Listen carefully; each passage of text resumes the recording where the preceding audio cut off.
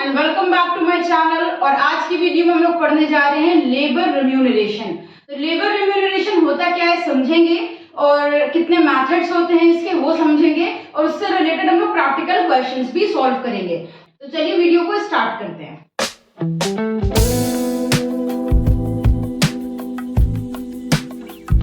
सबसे पहले हम लोग समझने वाले हैं कि लेबर रिम्यूनरेशन की मीनिंग क्या होती है, होता क्या है आखिर ये लेबर रिम्यूनरेशन।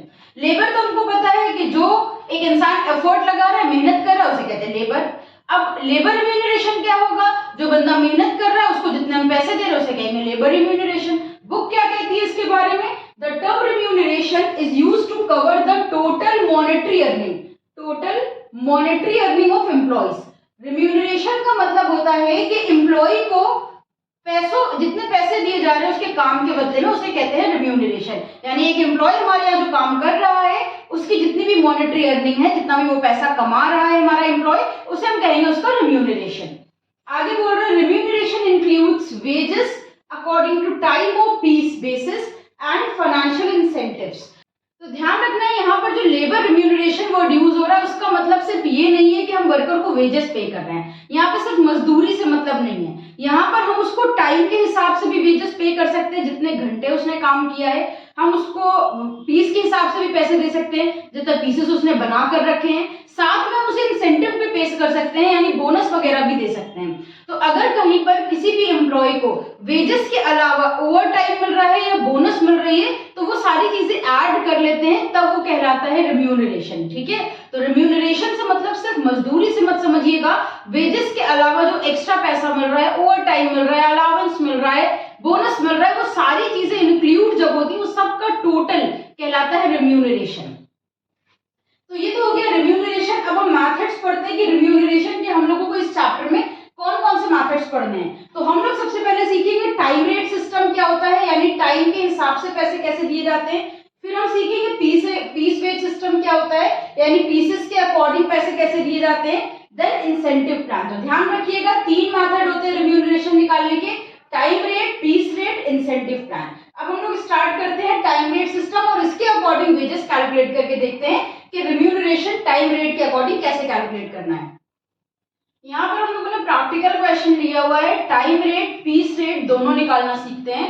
तो चलिए देखते हैं कि किस तरह से हम लोगों को टाइम रेट और पीस रेट निकालना है। इस फर्स्ट जो क्वेश्चन है इसमें हम लोगों को स्टैंडर्ड टाइम दिया हुआ है, रेट ऑफ वेजेस दिए। स्टैंडर्ड टाइम और एक्चुअल टाइम क्या होता है ये भी आपको पता होना जरूरी है। स्टैंडर्ड टाइम वो टाइम होता है जितना किसी भी फैक्ट्री में अपने वर्कर्स को काम कंप्लीट करने के लिए टाइम दिया जाता है। मान लेते हैं हमने अपनी फैक्ट्री में वर्कर्स को बोला कि आज तुम्हें 50 पीसेस बनाने हैं और तुम्हारे पास सिर्फ 8 घंटे का टाइम है, तो 8 घंटे में 50 पीसेस बनाने को हो गया स्टैंडर्ड टाइम 8 आवर्स। बट हमारा जो वर्कर है उसने 50 पीस मान लो 7 घंटे में बनाकर तैयार कर दिए, तो एक्चुअल में उसने काम में कितनी देर में कंप्लीट कर दिया, 7 आवर्स में। तो 7 आवर्स हो जाएगा एक्चुअल टाइम। तो स्टैंडर्ड टाइम वो टाइम होता है जितना हम अपने वर्कर्स को देते हैं, एंड एक्चुअल टाइम वो टाइम होता है जितना हमारे वर्कर्स एक्चुअल में टाइम लेते हैं काम करने के लिए, या वर्कर्स जितनी देर में काम को कंप्लीट कर देते हैं उसे हम एक्चुअल टाइम बोलते हैं। तो एक्चुअल और स्टैंडर्ड का कंसेप्ट क्लियर हो गया होगा।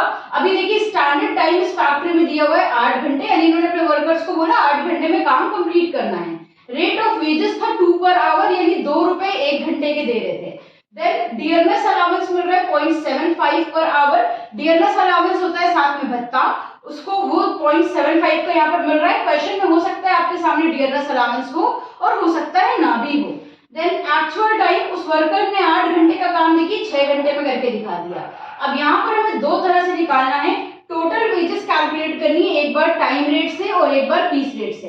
तो पहले हम लोग यहाँ पर अप्लाई करते हैं टाइम रेट।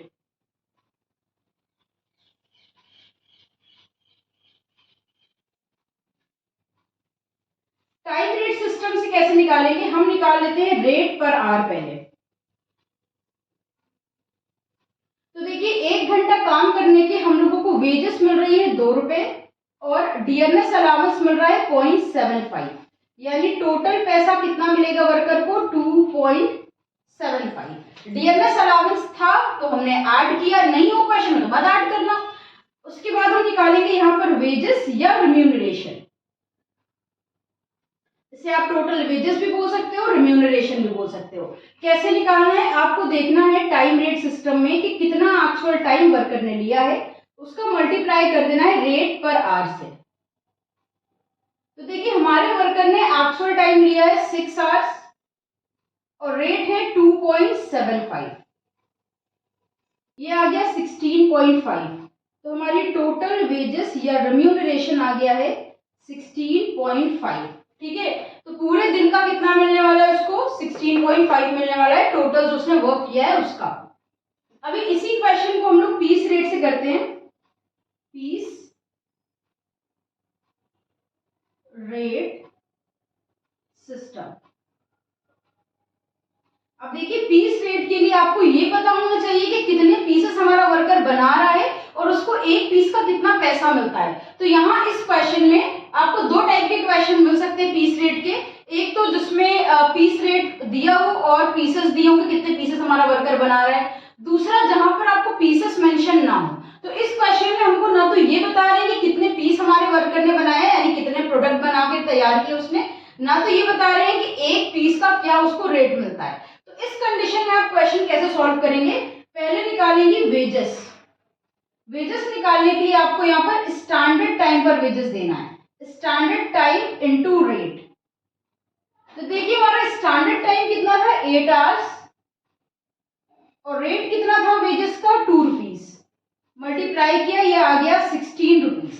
तो वेजेस निकाल ली। अब हम डियरनेस अलाउंस यहाँ अलग से निकालेंगे। डियरनेस अलाउंस आपको देना है एक्चुअल टाइम पे, actual time into rate of dearness allowance. तो देखिए एक्चुअल टाइम था, वर्कर ने 6 घंटे में काम कंप्लीट किया था और डियरनेस अलाउंस था 0.75। तो 6 आवर्स इंटू 0.75, ये आ गया 4.5। इस तरह से आपको ध्यान रखना है जब भी आपको पीस रेट सिस्टम निकालने को बोले और पीसेस ना दिए हो, रेट पर पीस ना दिया हो, तो आप वेजेस निकालेंगे स्टैंडर्ड टाइम पर और डियरनेस अलाउंस अगर दिया है तो उसे निकालेंगे एक्चुअल टाइम पर और फिर यहां से निकाल देंगे टोटल रेम्यूनरेशन या टोटल वेजेस। तो वेजेस हो गई हमारी 16 रुपीज प्लस डियरनेस अलाउंस हो गया 4.5, दोनों को प्लस किया, ये बन गया 20.5। ठीक है, तो ये हो गया टाइम रेट सिस्टम और ये हो गया piece rate system. Concept clear होगा। जब टाइम रेट सिस्टम निकालना हो तो एक्चुअल टाइम लेना है, एक्चुअल रेट से मल्टीप्लाई करना है। जब आप पीस रेट आ रहे हो और पीसेस का रेट ही नहीं दिया हुआ है तो वेजेस निकलेगी स्टैंडर्ड टाइम पर और बाकी डियरनेस अलाउंस बोनस वगैरह निकलेगी एक्चुअल टाइम पर। इतना आपको ध्यान रखना है। अब हम पीस रेट का क्वेश्चन करते हैं जब हम लोगों को पीसेस दिए होंगे और रेट पर पीस दिया होगा। तो देखिए क्वेश्चन में कह रहे हैं calculate monthly remuneration from the following. हमें निकालना है इस इंफॉर्मेशन से कि वर्कर को एक महीने में कितना रिम्यूनरेशन मिलेगा। स्टैंडर्ड प्रोडक्शन दिया है कि हमने उससे बोला था 4000 यूनिट बनाने को, बट उसने एक्चुअल में 3500 यूनिट्स बनाकर तैयार की हैं और पीस का रेट है 0.25। फिक्स्ड डियरनेस अलाउंस मिल रहा है 150 पर मंथ, यानी हम लोग जो पीसेस वो बजट में बना रहे हैं उसके अलावा 150 पर मंथ उसको डियरनेस अलाउंस भी पे कर रहे हैं। ठीक है, तो यहाँ पर हम पीस रेट के अकॉर्डिंग पहले वेजेस कैलकुलेट करते हैं। तो वेजेस निकालने के लिए आपको एक्चुअल में उसने जितना वर्क किया है, जितने पीसेस बनाए हैं वो लेंगे और मल्टीप्लाई करेंगे हम लोग रेट पर पीस से। तो देखिए एक्चुअल प्रोडक्शन है 3500 यूनिट और रेट है 0.25। मल्टीप्लाई करते हैं 3500 इंटू 0.25। 3500 इंटू 0.25 आ गया है 875। ये हो गई इनकी एक महीने की वेजेस। एक महीने में ये जो वर्कर है इसने क्या किए 3500 पीसेस बनाए हैं तो उनके कितने पैसे मिलेंगे इसको 875। अब देखिए यहाँ पर डियरनेस अलाउंस हमें कैलकुलेट नहीं करना है, कैलकुलेट करके दिया है कि एक महीने में उसे 150 रुपए डियरनेस अलाउंस मिल रहा है। तो यहां से हम निकाल लेते हैं टोटल वेजेस या टोटल रेम्यूनरेशन। तो वेजेस लेंगे, वेजेस मिल रही है 875 और एक मंथ में डियरनेस अलाउंस मिल रहा है 150। इन दोनों को ऐड किया, ये हो गया 1025। तो टोटल वेजेस निकल कर आ गई है 1025। तो यहाँ पर क्वेश्चन आप लोगों का कंप्लीट होता है। उम्मीद है आपको समझ में आया होगा और अब आप टाइम रेट और पीस रेट के अकॉर्डिंग क्वेश्चन इजीली कर पाएंगे। तो वीडियो अगर थोड़ी सी भी काम की लगी हो तो इसे लाइक और शेयर करना। किसी टॉपिक में डाउट हो तो कमेंट में बताना। इंस्टाग्राम पर फॉलो नहीं किया है तो फॉलो कर लेना। फिर मिलते हैं एक नई वीडियो के साथ। हमारे साथ जुड़े रहने के लिए, वीडियोस को देखते रहने के लिए थैंक यू।